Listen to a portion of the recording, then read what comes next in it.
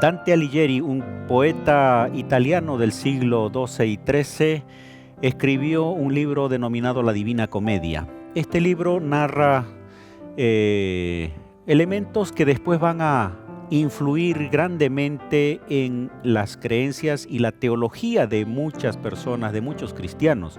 Él habla sobre el infierno, sobre el purgatorio, haciendo descripciones muy particulares que posteriormente van a influir, como dije anteriormente, en la doctrina cristiana. Aun cuando el concepto de infierno, purgatorio, ya comenzó a considerarse en la iglesia tradicional a partir del siglo IX de nuestra era, pero después de esta difusión de este contenido, que de paso es una ficción, comenzó a ser más evidente, y no solamente en la iglesia tradicional católica, sino también en muchos grupos religiosos cristianos. En esta oportunidad vamos a hablar acerca de estos temas y vamos a ver el concepto bíblico acerca de si existe un infierno, si existe un purgatorio y también, por supuesto, acerca de la vida eterna. Bienvenido, bienvenida a este programa especial de estudio de la Palabra de Dios a través de las lecciones de la Escuela Sabática.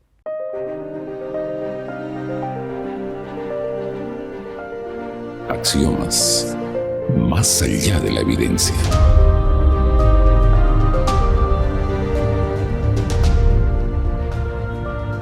Queridos amigos, bienvenidos a este programa especial, a quienes nos siguen a través de Radio Nuevo Tiempo y también quienes nos siguen a través de las redes sociales. Estamos aquí para tratar un tema interesante, un poquito confuso también para muchos, pero al mismo tiempo necesario, el tema del fuego del infierno. ¿Qué dice la Biblia? ¿Qué dicen las personas que creen en esto? Y para ello tenemos acá dos invitados. Está con nosotros el pastor David Vargas. Bienvenido, David. Un saludo a nuestra audiencia. Feliz, contento de compartir este momento de estudio de la palabra del Señor y bueno, a la expectativa de la buena comprensión. Está también con nosotros acá Henry Flores, él es misionero de la Iglesia Adventista. Bienvenido, Henry, un saludo a nuestra audiencia y por favor, y luego guíanos en una oración. Claro que sí, pastor. Es un gusto estar con usted, un gusto, pastor David. Es un gusto estar con los amigos. Vamos a inclinar el rostro para iniciar con la oración. Querido Padre que estás en los cielos, muchas gracias te damos, Señor, por este día.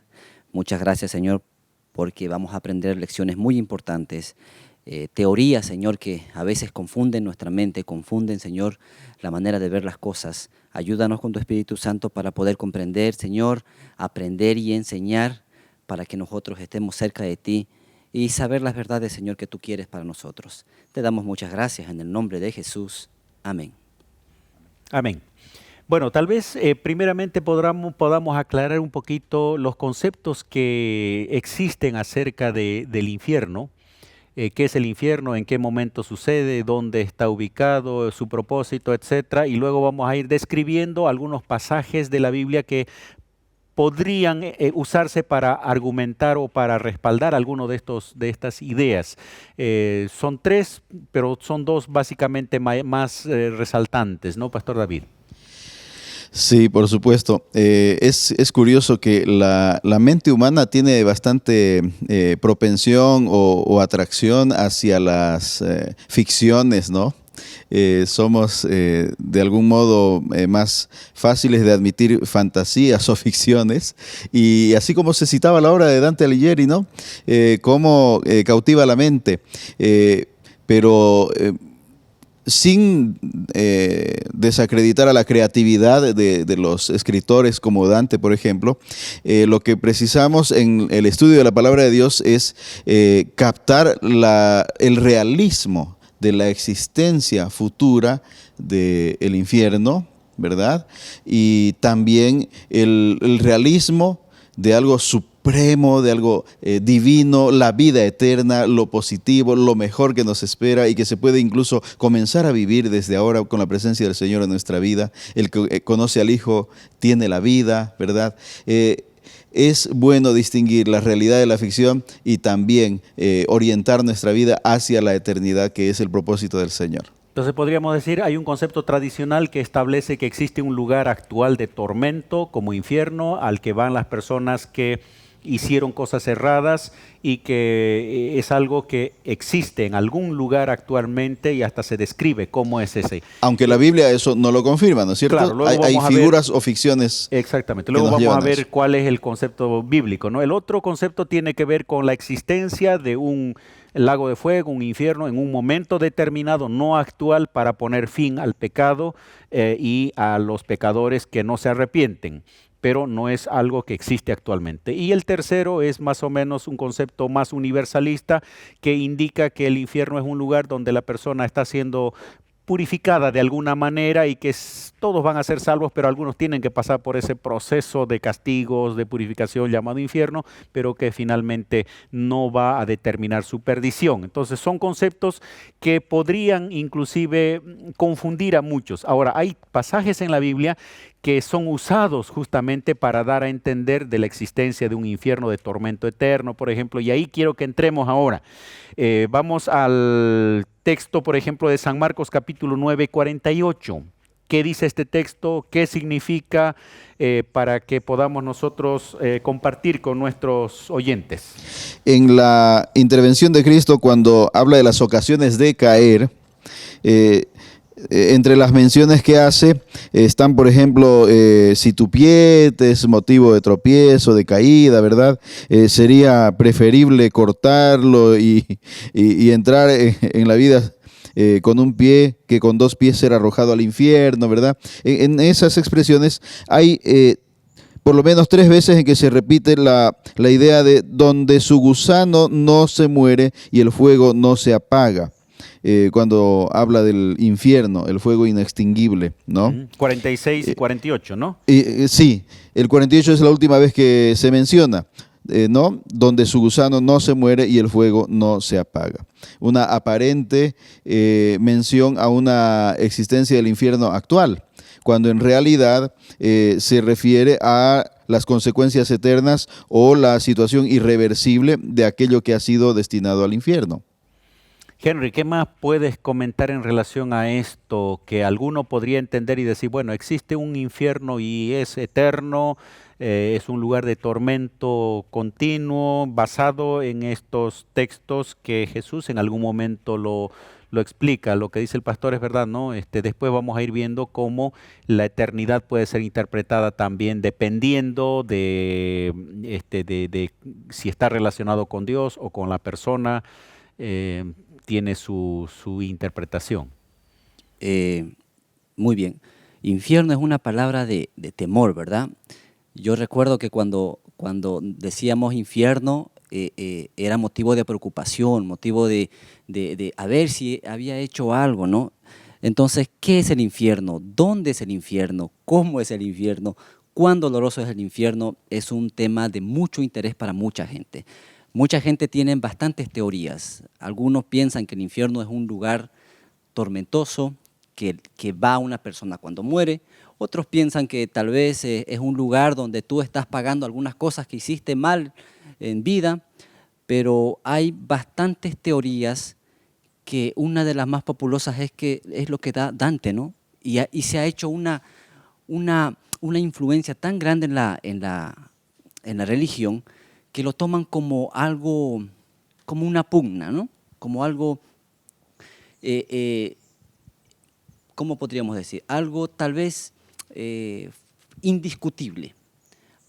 Se ha hecho esto una realidad en las películas, se ha hecho esto una realidad en la filosofía, se ha hecho esto una realidad incluso en las creencias de las religiones, muchas. Pero ahora, ¿cómo podemos hablar este versículo? El versículo 46 habla de un término bastante interesante, un gusano eterno, pastor. Un gusano eterno. ¿Cómo podríamos ver nosotros a un gusano eterno? ¿A qué se refiere cuando dice que el gusano eterno o se va a consumir con el gusano y el fuego eterno?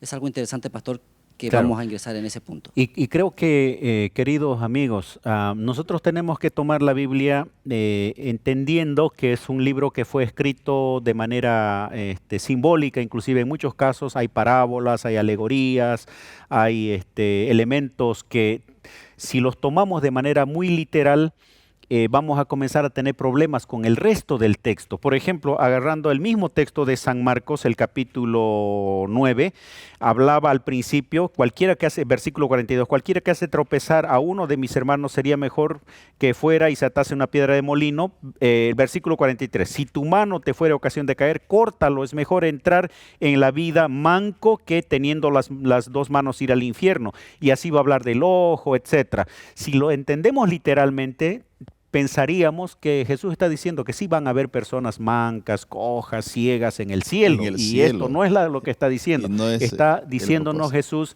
que es más importante entrar al reino y tenemos que para eso hacer algún tipo de sacrificio que no nos impida entrar. Entonces, o sea, estar dispuestos a perder incluso cualquier situación de menor atención en la vida por algo supremo, ¿no? Claro. Ahora, del gusano que no se muere, también está relacionado con Isaías capítulo 66, versículo 24, que habla, ¿no? Saldrán, verán los cadáveres de los hombres que se rebelaron contra mí, porque su gusano nunca morirá, ni su fuego se apagará y serán abominables.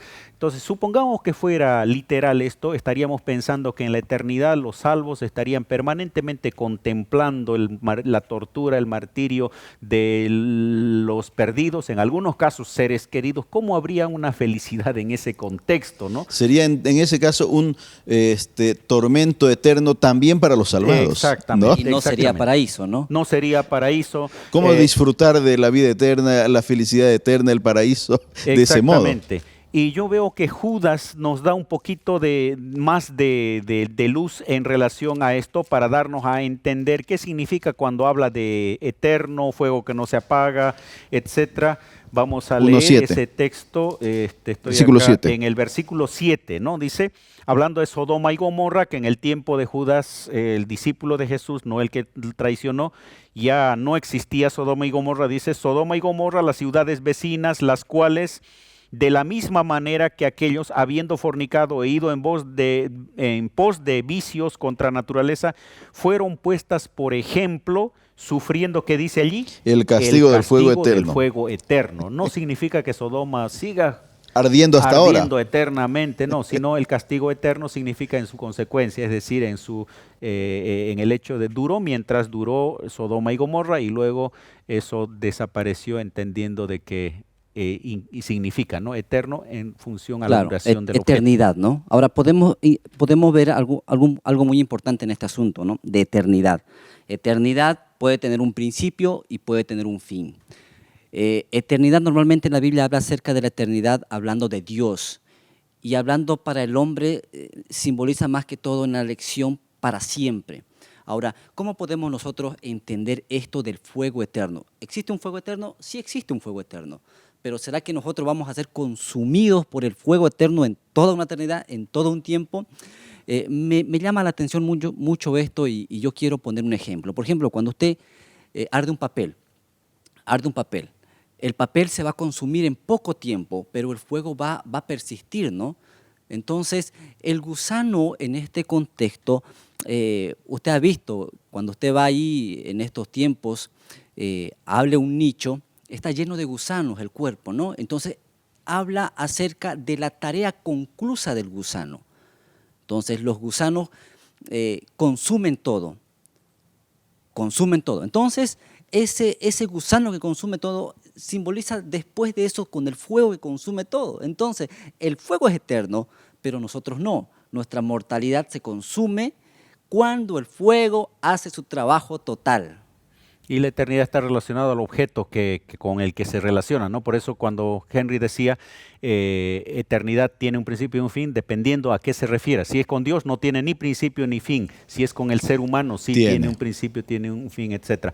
Vamos a una pausa, queridos amigos. Hemos alargado un poquito este espacio porque no queríamos dejarlo inconcluso. Vamos a una segunda parte enseguida.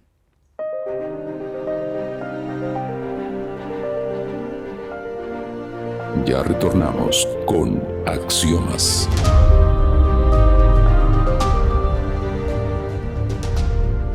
Estamos de vuelta, queridos amigos. Quedó un asunto que necesita un poquito más de aclaración y le voy a pedir al pastor David el tema de eternidad. Nuestra lección misma lo explica que hay tres formas de entender la eternidad, la misma palabra olam del griego, dependiendo de a quién se está refiriendo.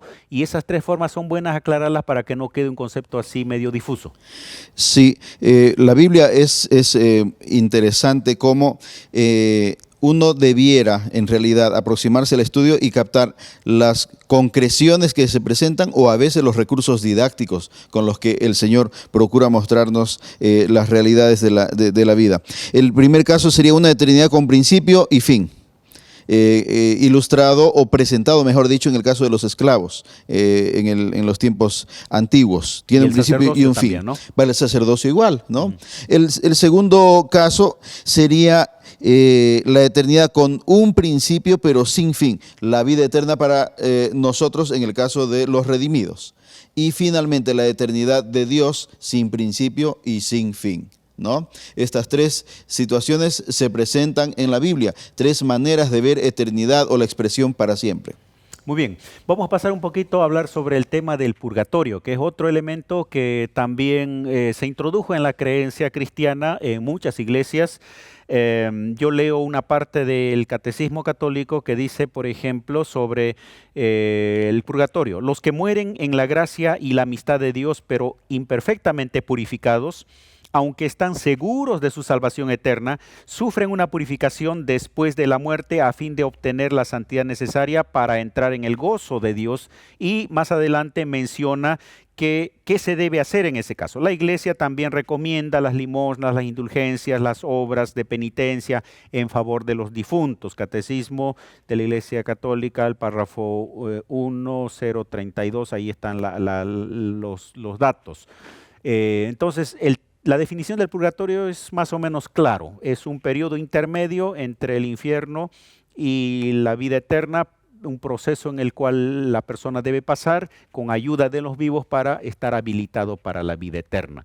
¿Qué dice la Biblia en relación a esto? Si esto es real o no es real, bíblicamente hablando. Es curioso que la Biblia dice las cosas de manera directa, sin rodeos, ¿verdad? En Eclesiastés 9:10, por ejemplo, establece que todo lo que te viniere a la mano para hacer, hazlo según tus fuerzas, porque después no hay oportunidad, ¿no? En el Seol, dice, en la muerte. En la muerte no hay más oportunidad. ¿Qué más dice la Biblia, Henry? A ver, el otro texto.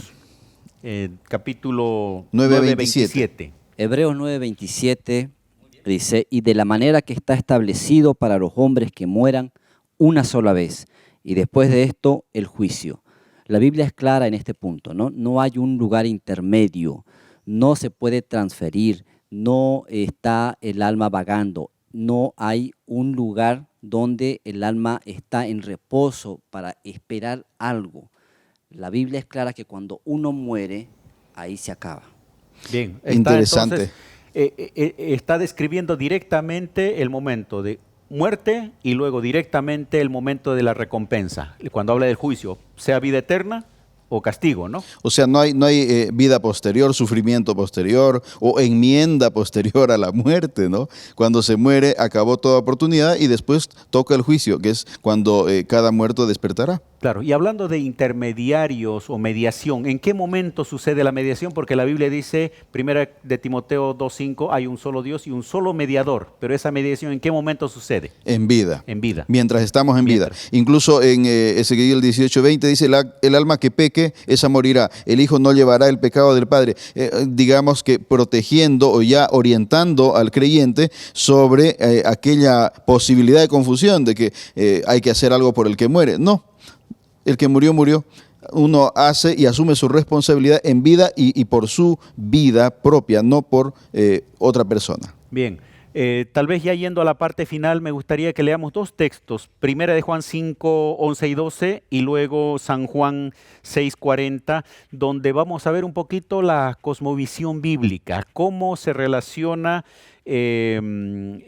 Cristo, la vida eterna y la resurrección inclusive, ¿no? San Juan 6:40, Primera de Juan 5, 11 y 12, y voy a pedir que cada uno de ustedes pueda leer y comentar este texto. Primera de Juan 5, 11 y 12 Dice, y este es el testimonio que Dios nos ha dado vida eterna. Y esta vida eterna es su Hijo. El que tiene al Hijo tiene la vida. El que no tiene al Hijo no tiene la vida.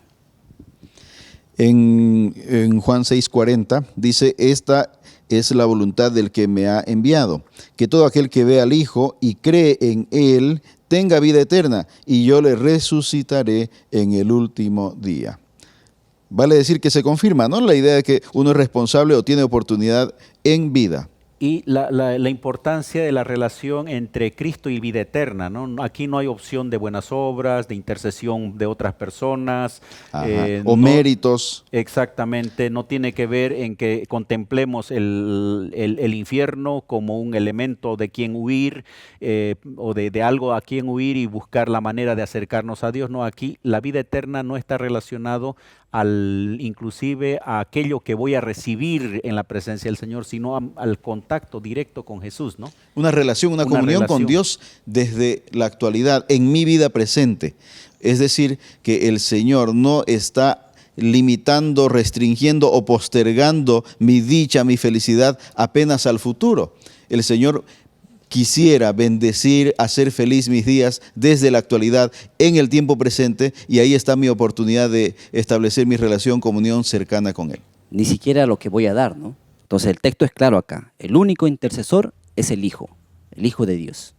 Ahora, cuando San Juan dice, el que tiene al Hijo tiene la vida y yo le resucitaré, pareciera contradecirse, no tiene la vida eterna, pero lo va a resucitar. Está diciendo que tiene la vida eterna ya ahora, aun cuando humanamente va a descansar, pero simplemente es un descanso que va a continuar esa vida eterna en el momento de la resurrección. Ahí justamente otra vez elimina periodos intermedios. Correcto. Tengo la vida eterna en la actualidad como posesión, y luego de la resurrección lo tengo ya como una persona transformada, ¿verdad? Claro. En vida perfecta, pero es la misma vida eterna que se me ha otorgado mientras aceptaba a Cristo en la vida presente. Y la muerte no la interrumpe, sino simplemente es una pequeña pausa para completarla, ¿no? Queridos amigos, estamos en el final de este estudio. Sé que es un tema muy largo, amplio, a veces complicado y difícil de tratarlo en pocos minutos, pero una oportunidad también para que usted pueda comenzar a estudiar este tema. Están las lecciones de la escuela sabática, la guía de estudios. Allí va a encontrar mayor explicación para ello, y la Biblia siempre tendrá la aclaración para todas las dudas que nosotros tengamos. Vamos a una pausa final y luego volvemos a nuestras conclusiones.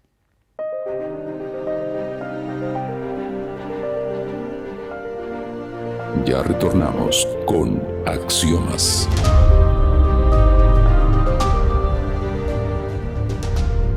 Queridos amigos, hemos llegado al final de este estudio, un tema muy complejo por supuesto, pero al mismo tiempo hemos tenido un momento por lo menos para hablar de esto. Henry, gracias por estar con nosotros y tienes unos minutitos para concluir. Claro que sí, una de las arduas tareas de Satanás desde la caída es malinterpretar lo que el Señor dice, ¿no? Fue una invención suya la inmortalidad del alma, el fuego que arde eternamente, y muchas cosas que son invención suya. Es importante nosotros tener una dirección, una definición clara fuera de las teorías. Y el único lugar donde podemos entender estos asuntos es en la palabra de Dios, que nos da la dirección y la claridad que nosotros tenemos que tener. Gracias. Igualmente quiero agradecer a David. Gracias, David, por estar con nosotros. Tus consideraciones finales. Muy contento por la comprensión que hemos tenido. Jesús es la vida, el que tiene al Hijo tiene la vida, el personaje central de la Escritura es nuestro Salvador. En Él tenemos vida eterna. Vivamos el presente asumiendo nuestra responsabilidad y dependencia de Cristo, y que el Señor nos preserve para la vida eterna. Queridos amigos, querido amigo, si es que en algún momento has pensado de que hay un lugar de tormento eterno donde puede estar un ser querido, un amigo, y que eso te angustia o te angustia el hecho de que Dios castiga de esa manera, no es un concepto bíblico. Es verdad que va a haber una destrucción final del pecado y de la maldad, pero simplemente para aquellos que realmente no se arrepientan, no acepten al Señor mientras están vivos, y mientras estamos vivos nosotros tenemos oportunidad. Quiero cerrar leyendo un texto en 1 Tesalonicenses capítulo 5 versículo 21. Dice, examinadlo todo, retened lo bueno. Podemos escuchar alguna teoría, leer algún libro, pero ver si eso está en armonía la Biblia. Si no está en armonía la Biblia, no hace bien, nos perjudica, afecta nuestra creencia, nuestra visión de la vida y también, por supuesto, de la eternidad. Y que Dios te guíe al estudio de su palabra. De esa manera podremos tener la certeza que estamos reteniendo lo bueno. Que el Señor te acompañe.